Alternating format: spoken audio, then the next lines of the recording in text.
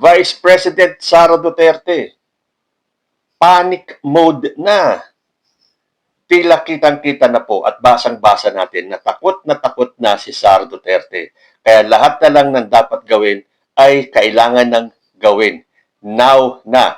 Kasi lahat ng kanilang ginagawang pagpapabagsak kay President Bongbong Marcos ay hindi po nagtatagumpay. Huwag na po nating isa-isahin. Basta lahat na ng paraan ginawa nila para mapatalsik si President Bongbong Marcos sa pwesto at siya ang maupo. Bakit? Dahil marami po siyang dapat pagtakpan.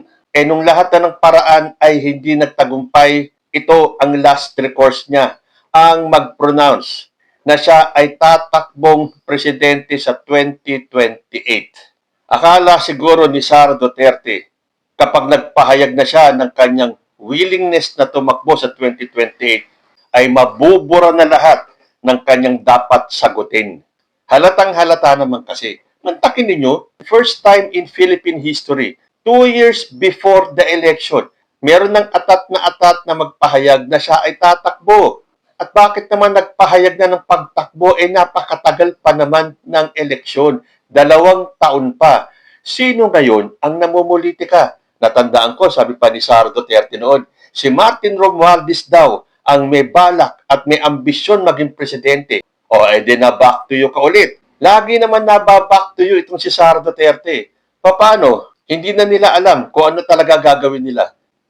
Sasabihin nila, ang lakas-lakas ni Sara Duterte at siyang siguradong mananalo sa 2028. O bakit nagkakanda kumahog kayo na agawin ang pwesto kay Bongbong Marcos? Ang lakas naman pala ni Sara Duterte. So ngayon, maghihintay na kayo. Dahil nagpahayag na siya ay tatakbo sa 2028. Pero yan ba ay dapat katakutan? Hindi na nga nagulat ang taong bayan nung sinabi niyang siya itatakbo. Dahil ilang taon niya na sinasabi yan eh. Laban-laban, bawi-bawi niya eh. Kasi hindi interesadong tumakbo, wala pa sa isip ng tumakbo. So akala ba nila, nagulat tayo? O sige, kunyari nagulat na lang tayo. Yun ang nababasa ko mga comments kay Sara Duterte ngayon eh. O kunyari nagulat tayo na siya itatakbo sa 2028. Pero bakit nga ba tatakbo sa 2028? Para makaiwas sa impeachment? Pero isipin natin, paano makakaiwas sa impeachment yung kanyang pronouncement na siya ay tatakbo? Pero kung iisipin natin, iba po talaga ang kalakaran sa politika. Takutan din yan. So anong ginawa ni Sara Duterte? Nananakot siya, lalo na doon sa mga kongresista na baka bumoto na i-impeach siya. Matagal na po natin naririnig yan, na kapag hindi ka umayon sa gusto nila, wala kang pondo. Ipagpapalit talaga ang dignidad dahil sa pondo. So sana itong mga kongresista nito, mag-isip kayo. Dahil kapag naupo si Sara Duterte, hindi lang po ilang araw, ilang linggo, ilang buwan, 6 na taon po tayong magtitiis. Magising na po kayo. Tingnan niyo yung mga interviews ni Sara Duterte. In fact, kahit na yung kanyang speech kahapon, nung pinahayag niya na siya itatakbo bilang presidente, nakita niyo ba? Kailangan pang basahin? Napakaikli lang naman ng sinabi niya. Balikan nyo lahat ng mga interviews ni Sara Duterte. Mula dun sa itok-itok na yan, dun sa sona ni President Bongbong Marcos, doon sa Wi-Fi issue, nung tinanong siya sa hearing, doon sa hindi niya masagot, yung tanong sa kanya sa press con, so I cannot answer that question. Next, I cannot answer your question. Last, I cannot answer your question. Ganun ba lagi? Yan kasi ang nagpapatunay na umiiwas ka sa accountability. At yan ang gusto nyo maging presidente. Ngayon, panic mode na dahil lahat ng means para pabagsakin si President Bongbong Marcos, ginawa na nila. Hindi sila nagtagumpay. So ang last record, manakot na tayo. Lagot itong mga kongresista at mga senador kapag ako ay in-impeach nila. Dahil kapag ako na ang naupo, lagot kayong lahat. Hindi nga ba't yan ang ginagawa ng mga tao ngayon ni VP Sara? Nananakot pa. Example na lang itong si Daryl Yap. Sabi niya, mahal ka ng bayan, iganti mo kami, tapusin mo sila, Inday Sara Duterte. Parang siguradong mananalo si Inday Sara. At kapag naupo, gantihan mo sila lahat.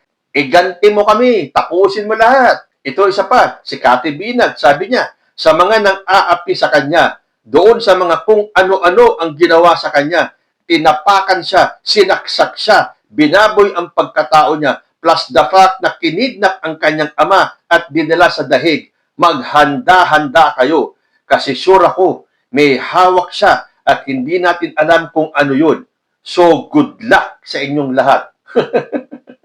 Nananakot pa, marami yan. Marami mga DDS na nananakot pa, lagot kayo. Tapos ang karera ninyo kapag nanalo si Sara Duterte. So alam na natin na puro paghihiganti ang magiging tatak ng Sara presidency. Pero teka, meron pong pumansin sa suot ni Sara Duterte kahapon ha.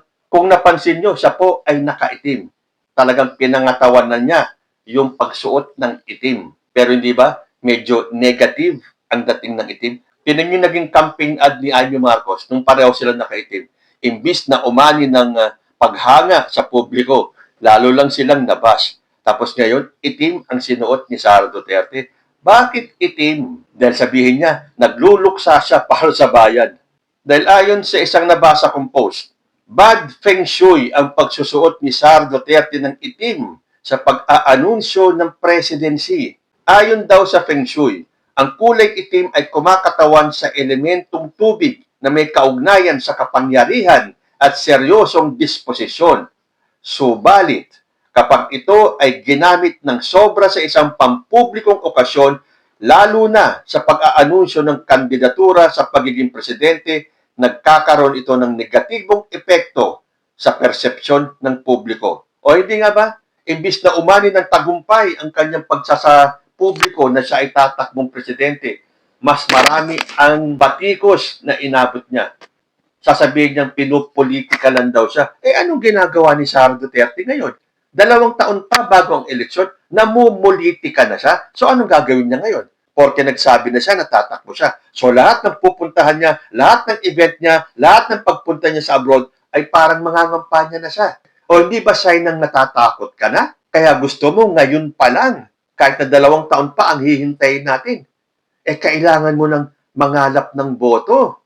Kailangan mo ng mangampanya. Kailangan mo ng pabanguhin ang pangalan mo dahil patong-patong ang mga question na gustong malaman ng taong bayan na ipaliwanag mo. Hindi porke ikaw ay nag-anunsyo ng tatakbo ka sa pagkapangulo, eh erase na lahat ng issues mo. Hindi. In fact, kahapon, pagkatapos niya mag-announce na siya ay tatakbo, may pang-4 na impeachment complaint si Sara Duterte. Sabi sa Billionaire News Channel, a 4th impeachment complaint was filed on Wednesday against Vice President Sara Duterte, endorsed by Manila's 6th District Representative Benny Abante and House Deputy Speaker and La Union 1st District Representative Paulo Ortega.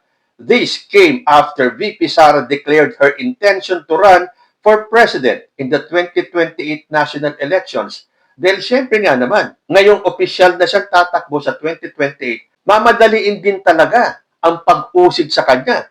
Dahil pababayaan ba natin maupo bilang isang presidente ang isang taong napakadaming issues na dapat sagutin pero iniiwasan, tinatakbuhan at ayaw ipaliwanag? Akala ba ni Sara Duterte, lumipas lang ang konting panahon, makakalimutan na ng taong bayan yung mga dapat niyang sagutin? Mas lalo pa ngayon, porque siya ay nagsabi ng tatakbo, mas lalong gugustuhin ng taong bayan na bago ka maupo, ipaliwanag mo lahat ng issues mo. At kung mapapatunayan mo na wala kang kasalanan at ikaw ay karapat-dapat maging presidente, go! Sige, ituloy mo yan. Pero dapat, bago ka maupo dyan, malinis mo ang pangalan mo. Hindi ba dapat ganun?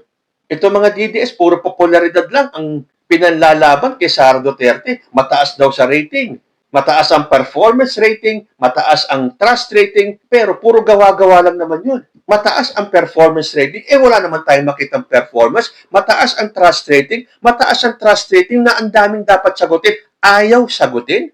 Yun ba ang mataas ang rating? Tapos maririnig natin sa mga vloggers nila, nalagot kayo kapag nanalo si Sara Duterte, ubos kayo, pulbos kayo, tapos ang karera ninyo. Igaganti kami ni Sara Duterte. Ganun na ba talaga ngayon? O tatak lang yan ng mga Duterte? So kung ang akala ni Sara Duterte na sa kanyang pronouncement na siya ay tatakbong presidente sa 2028, kakalimutan na ng taong bayan yung mga issues na dapat niya sagutin. When in fact, mas lalo pong magpupursige ang taong bayan na madaliin na mapanagot si Sara Duterte sa mga issues na ito. Napakasimple lang naman kasi talaga ng dapat gawin. Kung wala siyang kasalanan, wala sa dapat katakutan, madali sa kanya ang ipaliwanag. Pero hindi eh. Panic mode na nga kasi. Dahil alam niya, last chance niya na ito. So dapat itodo na. Takutin na natin sila. Dahil oras sasabihin ko na ako itatakbo sa 2028 presidential elections, matatakot na lahat yung mga yan. Dahil kailangan bumait na sila sa akin. Dahil kung hindi, paghihigantihan ko silang lahat. Lahat kayong boboto sa impeachment ko, lagot kayo. So ano to? Isang klase na naman ng pamba-blackmail? At kapag nagawa niyang blackmailing ang Kongreso at ang Senado, buong Pilipinas po ang binablackmail ni Sara Duterte. So kung ang akala ni Sara Duterte ay makabubuti para sa kanya ang ihayag na siya ay tatakbong presidente ng ganito kaaga, sa aking palagay, mas makakasama po sa kanya. Mas magiging negative po ang dating kay Sara Duterte. Kayo po, ano ang masasabi ninyo? Comment lang po down below and I will see you in my next video. Diyos ti Agmina.